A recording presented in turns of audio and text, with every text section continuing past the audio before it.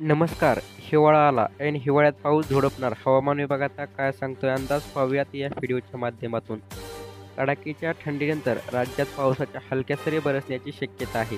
25 डिसेंबरपासून वातावरण ढगाळ राहण्याची शक्यता आहे. परिणामी 26 ते 28 डिसेंबर या कालावधीमध्ये हलक्या स्वरूपाचा पाऊस पडण्याची शक्यता आहे.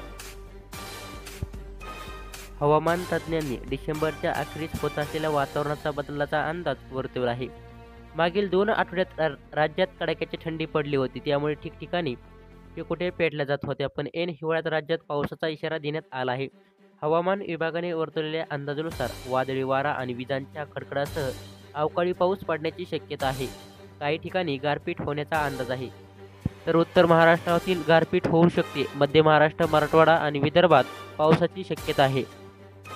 2 दिवसापासून राज्यातील थंडी गायब झाली आहे. कमाल आणि किमान तापमानाचा पारा राज्यातील वाढला आहे. मोठ्या प्रमाणात बदल झालेला दिसत आहे. सोमवारपासून राज्यात काही ठिकाणी ढगाळ वातावरण होत आहे. राज्यात अवकाळीचा इशारा. दक्षिणेकडून बाष्पयुक्त वारं राज्यात येणार आहे. यामुळे विजांच्या कडकडाटासह पावसाचा अंदाज आहे.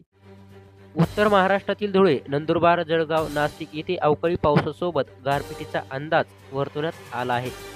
अहिल्यानगर, पुणे, छत्रपती संभाजीनगर, जालना, परभणी, बीड, अकोला, अमरावती आणि बुलढाणा या जिल्ह्यात वादळी वाऱ्यासह मुसळधार पावसाचा अंदाज आहे. दरम्यान अवकाळी पावसामुळे शेतकऱ्यांना मोठा फटका बसण्याची शक्यता आहे.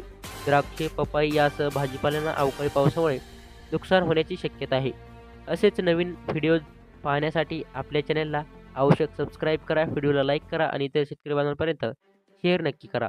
धन्यवाद. जय हिंद, जय महाराष्ट्र.